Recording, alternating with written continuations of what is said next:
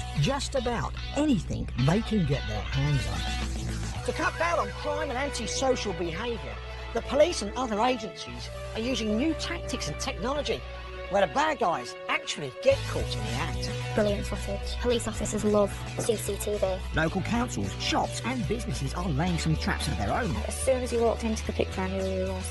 And the general public too can help unsuspecting crooks get their comeuppance. We definitely needed proof. You're not going to get away with it, you might as well pack up.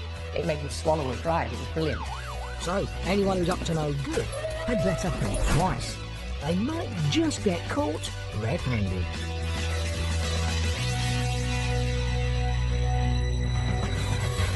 Today, a shocking attack on a 60-year-old cashier. She's actually filming the scene out of Psycho, where she's stuck in the door with a knife. He's attacked by a woman wielding a knife, but the courageous man locks the door to stop her getting out. Also today, someone's had their fingers in the till at this pub, but who is it? I bet all eyes are actually on me. Is one of their friends and workmates a thief? A tricky situation at Tricky's bar. And it's not Bridezilla, this is a bloke. He's caught on camera nicking wedding dresses, but is about to have his big day ruined.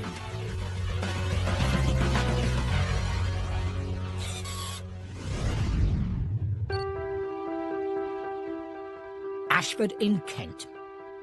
We're watching the CCTV camera footage from inside a 24-hour convenience store. It's nearly 5 AM and Michael is manning the shop on his own. As a 60-year-old grandfather, he likes the night shifts because they're usually quiet. But this night is about to become one he'll never, ever forget. A young woman in a hoodie enters the shop. Then suddenly, she turns on Michael, demanding money from the till.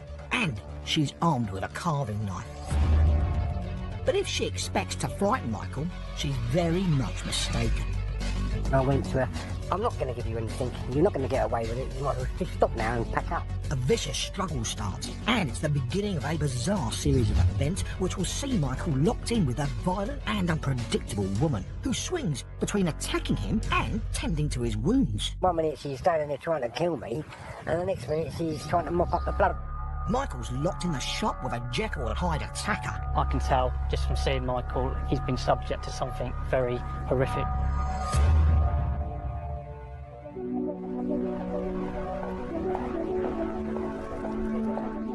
This local store and petrol station is on one of the main roads that runs through Ashford. Michael has worked here for the last 6 years, and with an ever-expanding family, he has no intention of slowing down.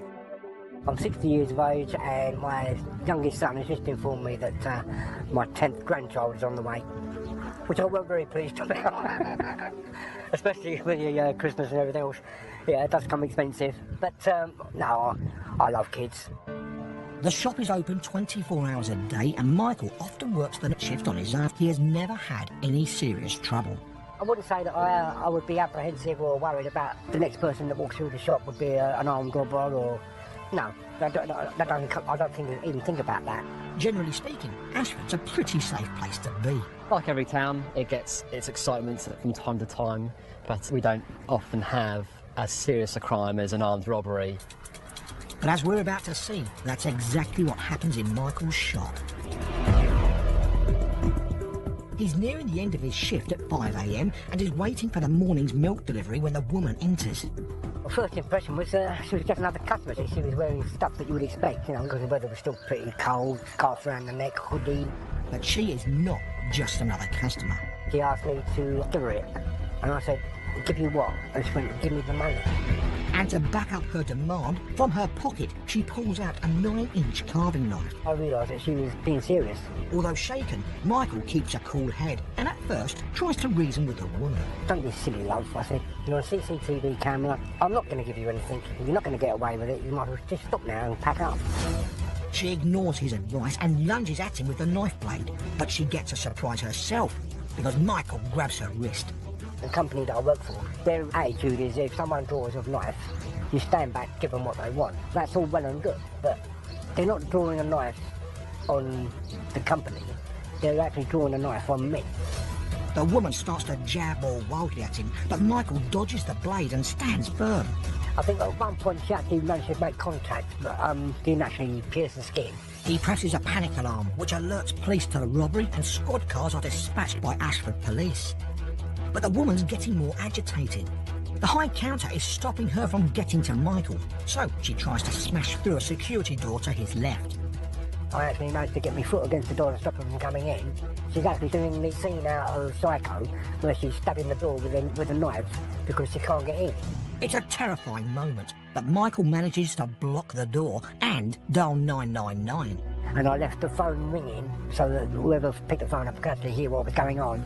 At the other end, the emergency call taker hears there's a knife involved and updates the police officers who are already rushing to the scene. When you are informed that there's potentially a knife involved, the adrenaline does kick in. But then suddenly, the woman seems to give up and heads for the exit. And this is when Michael does something extraordinarily brave. Seeing there are some people outside the door, he's afraid they'll be in danger. And he presses a hidden button that locks the door. And she was threatening them through the door. If I'd have let her go, she might, she could have gone and done anything. A courageous action to protect other people. But it means he's trapped inside with a violent attacker. And now she really wants to get at Michael. She tries to climb the counter, but this gives him a slim chance to disarm her. She put the knife in her hand on the counter to climb. I proceeded to grab her wrist with my left arm. As they frantically tussle, the woman grabs at Michael's neck. Then she violently yanks the blade free, leaving a large cut on his hand. But what happens next is truly astonishing. After even more stabbing, suddenly she stops. When she realised that she'd cut me, that's when she had a change of heart. The woman even lays down her knife and goes off to get a can of drink. Michael moves the knife away. There's quite a bit of blood on the floor, and I think that in itself was enough to convince her that, it might be bad. The woman fetches some kitchen roll to help Michael nurse the wound. 1 minute she's standing there trying to kill me, and the next minute she's trying to help me rather than hurt me. But sadly, this show of concern is short-lived. The woman gets fired up again when she sees more people outside the door. She's realised there's no escape. But now she picks up a glass bottle to use as a weapon. She was walking up and down the shop, threatening the people outside with a broken bottle. Later, the police race to the shop after Michael's alert. You could see that she had a weapon, and from her demeanour, she would be ready to use it on us. They have riot equipment and pepper spray. The police somehow have to get in to disarm this violent woman without Michael or anyone else, including themselves, getting hurt.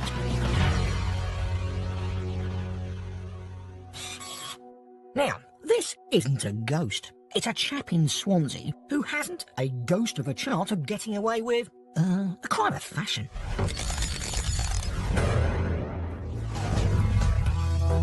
This petty thief with a pile of wedding gowns has just kicked in the back door of a bridal shop and snatched a number of dresses. Maybe he has 7 brothers who are marrying 7 brides. Whatever the reason, I'm sure he'd like to draw a veil over this particular CCTV camera. These pictures help police to track the man down, and they raid his home the next day. They find the dresses stuffed unceremoniously into an understairs cupboard. They charge him with illegally attempting to have and to hold them. He is sentenced to 9.5 months in prison for this and one other offence. Hopefully, from now on, he'll learn to love, honour and obey the law.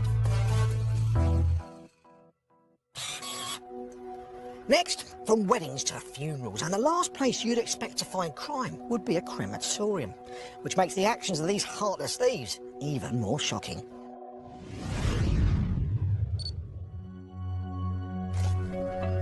Liverpool. Stealing from funerals has started to become a problem. You'd like to think that security was something that you could have quite low down on the agenda for cemeteries. And security is the last thing Chris thought he'd need at his mum's funeral. We went to put it in the hearse, and then I noticed 2 people that were there had no connection with the family. And the mystery guests are not there to pay their respects.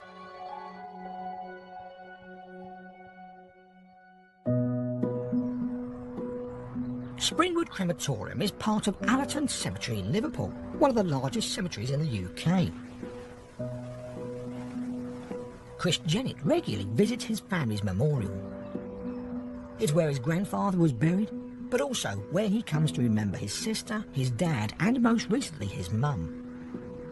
You have one mum, don't you? So she was great. Done anything for you, you know. Mum Bridget was adored by her 5 children and many grandchildren. When she succumbed to pneumonia at the age of 83, the family were grief-stricken. It was a shock for everyone because she was a character. She was some of the one-liners she used to come out with, you know. We were very, very, very close family, like.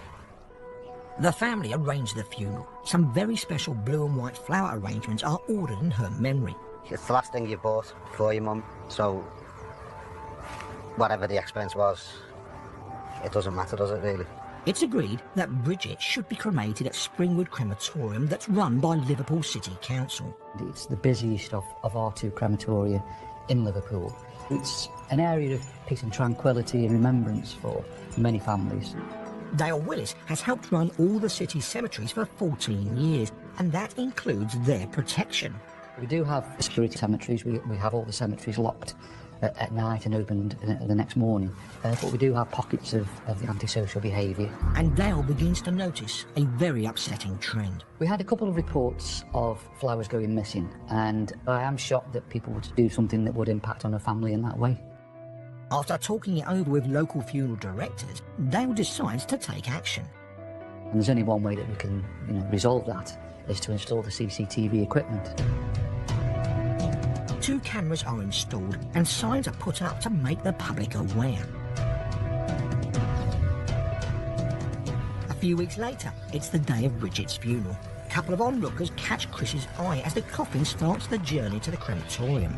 We went to put it in the hearse, and then I noticed 2 people that were there had no connection with the family. Thought nothing about it, and then the funeral got on the way, had a great service, and then we come to Springwood Crematorium. The flowers were put in a place just outside the crem. Following the ceremony, the family return home.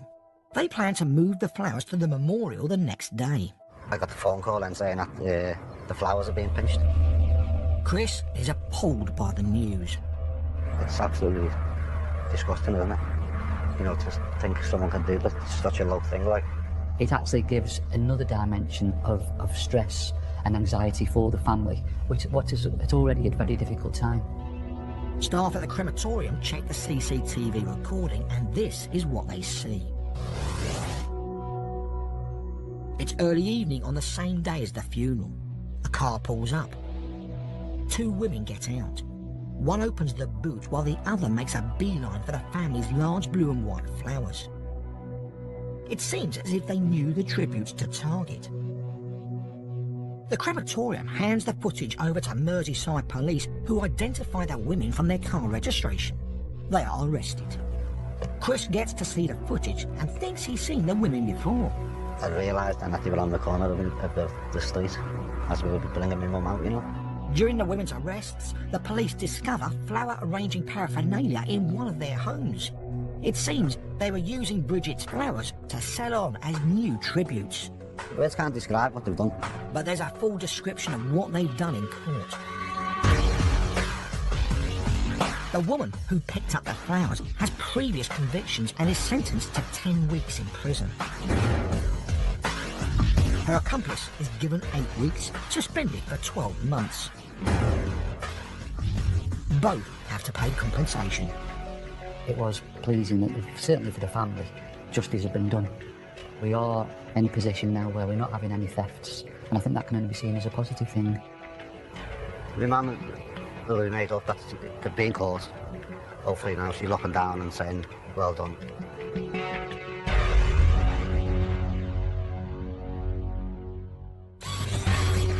Coming up, a disappearing act at Tricky's bar when cash vanishes. We was all really got smacks. It's sleight of hand by a trusted barmaid. You just couldn't believe it. Everybody was shocked.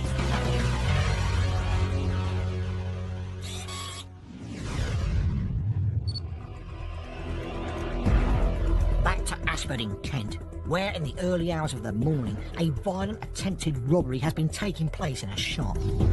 This young woman is wielding a large carving knife with which she's been attacking Michael, the 60-year-old cashier. Now she's using a wine bottle as a weapon. Michael has bravely locked her inside the shop alone with him to protect the people outside. and he's trying to calm her down. I was saying to her, I've locked the doors, they can't get in, and I'm not opening the doors to let you out because you might have to go at them. My view was that I was protecting them as well as herself by keeping the situation contained in the shop. But the woman's having none of it and continues her threats. Outside, the police have now arrived, much to Michael's relief. When the police turned up, I was relieved to see that the end was in sight. But the woman is not about to give up. Now she also threatens PC's Ryan Duffy and Jason Gisby, who are outside the door. The first thing that I see is this woman with a wine bottle in her hands. She appeared very agitated, very angry. She smashes it against the front door. And from her demeanour, she would be ready to use it on us. But it's Michael they fear for most. So we know Michael. We've chatted to him many times in the past. He appeared very distressed, very shaken up. There was a risk that she would return to him. It was right to get in there as quickly as possible. Throughout his ordeal, Michael has kept a cool head, and now he signals another way in to Ryan and Jason. And if I went round to the other door at the back of the shop, I can get in that way, because I can open that door without her being able to get out. The police get the message and equip themselves to arrest the violent woman without injury to Michael or the woman or themselves. Ryan gets a riot shield, while Jason arms himself with pepper spray. While other officers distract the woman at the front of the store, Michael opens the back door by pressing a button. Ryan and Jason enter. Once inside, they split up. Jason calls out to the woman to draw her over, but she's in no mood to come quietly and walks towards him with the broken bottle. Ryan steps out from an aisle behind her as she approaches Jason. She's jabbing that broken bottle towards my face. I've instantly pulled my pepper spray and sprayed it towards her face. Ryan's come behind her almost at the same time and he struck her with the shield. They got her down, but she still struggles. Just wildly throwing her hand around with this broken bottle. She finally gives in and they handcuff her.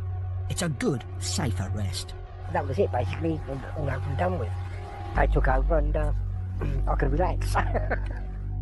While an officer takes a look at Michael's cut hand, the police help the woman recover from the pepper spray. She was polite.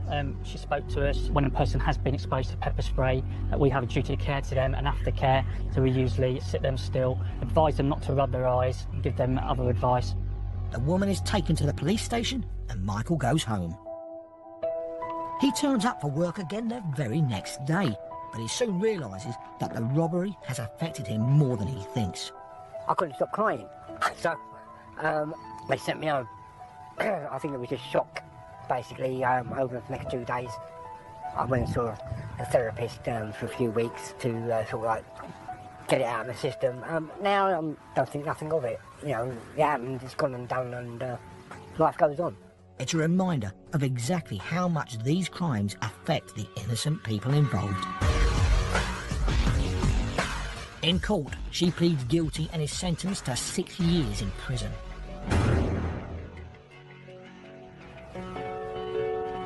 Michael is given a special commendation for his courage and determination to stop the violent woman and contain her safely until the police could arrive. He receives a certificate of bravery from the High Sheriff's Special Cash Award. I suppose to get any reward is a nice feeling. To get one that you can actually display on the wall and say to your children and your grandchildren, that's your granddad. You know, that's got to be nice. That is nice.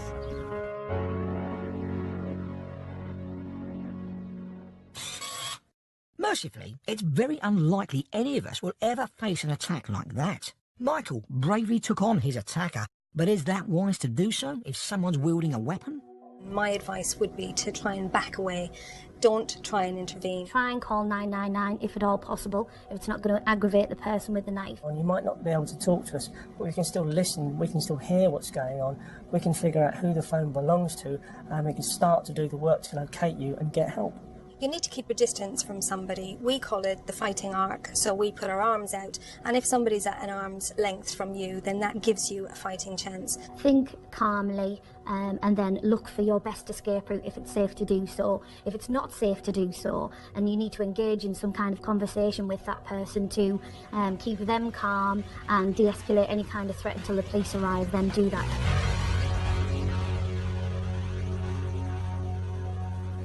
We'd all like to think we can trust the people we work with. After all, we spend a lot of time with them. So what if some money went missing? And it could only be someone who was close to us.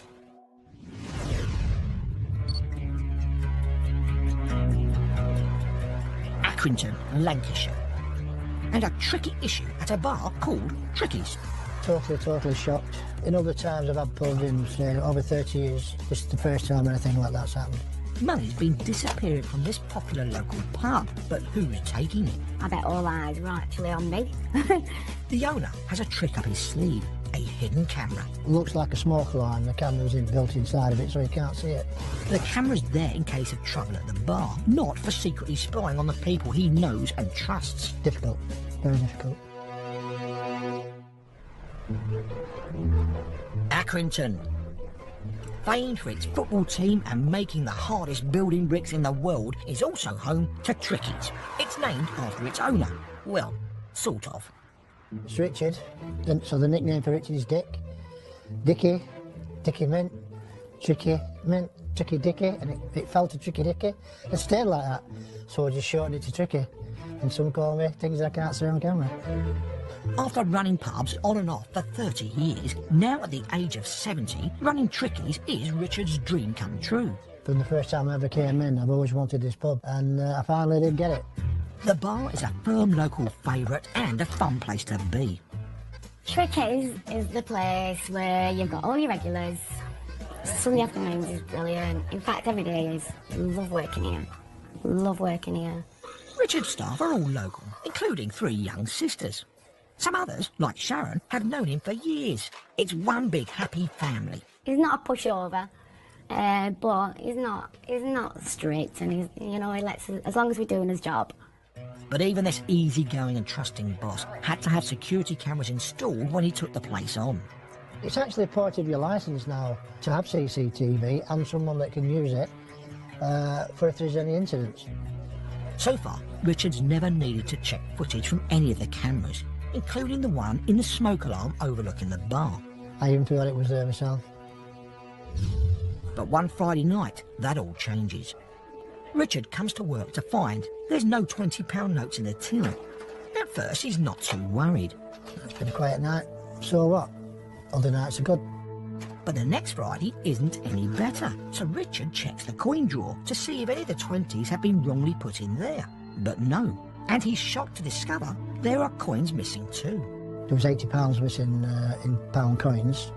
He asks Sharon the next day about the missing money, as she works the early evening shift on Fridays. She said, check under the till. All the money's there, and I'm saying, what money? There's no money there. She said, you're joking, I had a really good night last night, up to 6.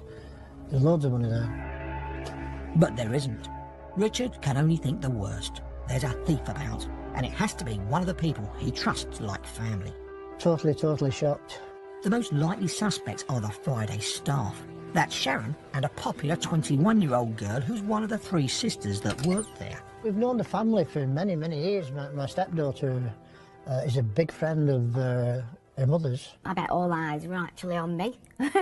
It's horrible. Richard knows he must check his CCTV footage. But first, he calls the staff together to give the culprit a chance to own up. Sharon gets the wrong end of the stick. My hand went straight up. I've got a bit of a thing for pepperoni. So I've told him basically, you might see me with a few of them stuffed in my mouth. No one owns up, so Richard goes off to look at the footage in a room on his own. And this is what he sees. The 21-year-old sister has just taken over the shift from Sharon. She appears to busy herself with the usual barmaid duties, but appearances can be deceiving. Because on a closer look, she also shows some skillful sleight of hand. While customers are lost in conversation, the young barmaid takes 4 bags of £2 coins out of the change drawer and puts them in her handbag. It's the £80 that was missing when I checked it later on in the night. But that's just for starters. Half an hour later, the barmaid decides she deserves another tip. She lifts the drawer in the till containing the 20s, grabs a handful and leaves them right next to her handbag. 10 minutes later, she comes back and shoves the notes inside the bag. She's making room in her bag for more money. She's pushing the coins to one side, plus the other notes she's already taken. After another 45 minutes, the barmaid decides to get another round in. A few more 20s on the house. Rewinding back to her previous Friday shift, he sees the same routine. Pull some pints, pull some more money. Richard decides it's time to call last orders. He tells the rest of the staff who's been stealing. We was all really gobsmacked. He just couldn't believe it. Everybody was shocked, and his sisters were just in tears. He's looked at her as a daughter, you know, he said to us, I look at her like family. Richard confronts the young barmaid. Asked her why, she was just crying, as I suppose you would do when you've been found out, saying she was so sorry. When I said, how much have you taken, she said, I don't know. She just spent it. And then she went. Leaving Richard with a dilemma. I thought, well, if it's just a few £100, I'm going to ruin this kid's life. So I'm not going to go to the police. But at that point, we didn't know what she'd taken. Richard becomes less forgiving when he sees the barmaid's attitude on social media sites. He decides it might be better if she learns a lesson. She was showing off her new dresses and designer gear, bags and shoes, and I just thought, well, she's just taking the mick here. He takes action. So I went down to the police station with a formal complaint. The barmaid pleads guilty. She is sentenced to 12 months community supervision and ordered to pay £500 in compensation. Things are now a lot less tricky at Tricky's. 2 of his sisters work here, they'll continue to work here, there's nothing wrong with the girls. Of the staff I've got at the moment, I think they'll be okay. Although, just to be on the safe side, Richard has since upgraded his CCTV system. I tried to think what he's seen on them. I tried to think what he's seen on them cameras we us lot. Because we didn't know half when we were here. Barmaids beware. That's it for today. Join us next time for Criminals Red-Handed. What do you think the BBC Trust would like now? Event which will see Michael locked in with a violent and unpredictable woman who swings between attacking him and tending to his wounds. 1 minute she's standing there trying to kill me, and the next minute she's trying to mop up the blood. Michael's locked in the shop with a Jekyll and Hyde attacker. I can tell just from seeing Michael, he's been subject to something very horrific.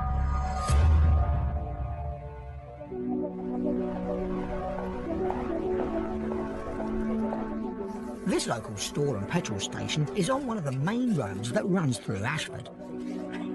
Michael has worked here for the last 6 years, and with an ever-expanding family, he has no intention of slowing down. I'm 60 years of age, and my youngest son has just informed me that A shocking attack on a 60-year-old cashier.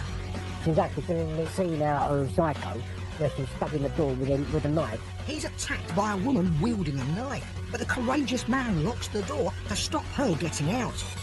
Also today, someone's had their fingers in the till at this pub, but who is it? I bet all eyes were actually on me. Is one of their friends and workmates a thief? A tricky situation at Tricky's bar. And it's not Bridezilla, this is a bloke. He's caught on camera nicking wedding dresses, but is about to have his big day ruined.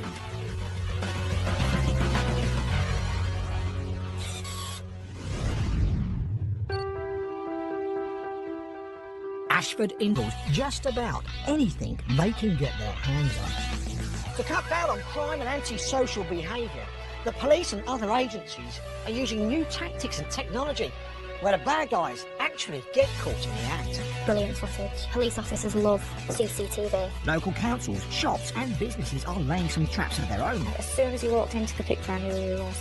And the general public too can help unsuspecting crooks get their comeuppance. We definitely needed proof. You're not going to get away with it, you might as well pack up.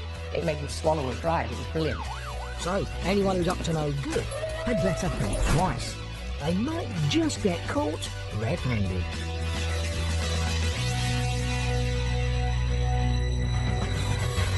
Today in Kent. We're watching the CCTV camera footage from inside a 24-hour convenience store. It's nearly 5 AM and Michael is manning the shop on his own. As a 60-year-old grandfather, he likes the night shifts because they're usually quiet. But this night is about to become one he'll never ever forget. A young woman in a hoodie enters the shop. Then suddenly she turns on Michael, demanding money from the till. And she's armed with a carving knife. But if she expects to frighten Michael, she's very much mistaken.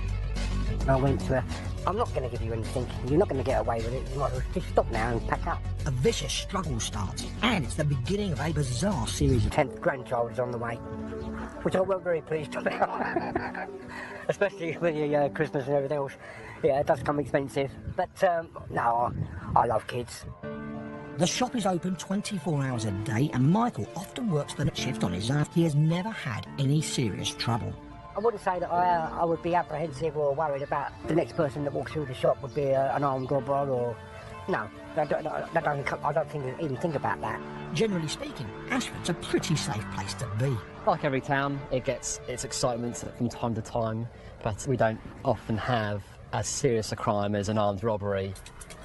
But as we're about to see, that's exactly what happens in Michael's shop.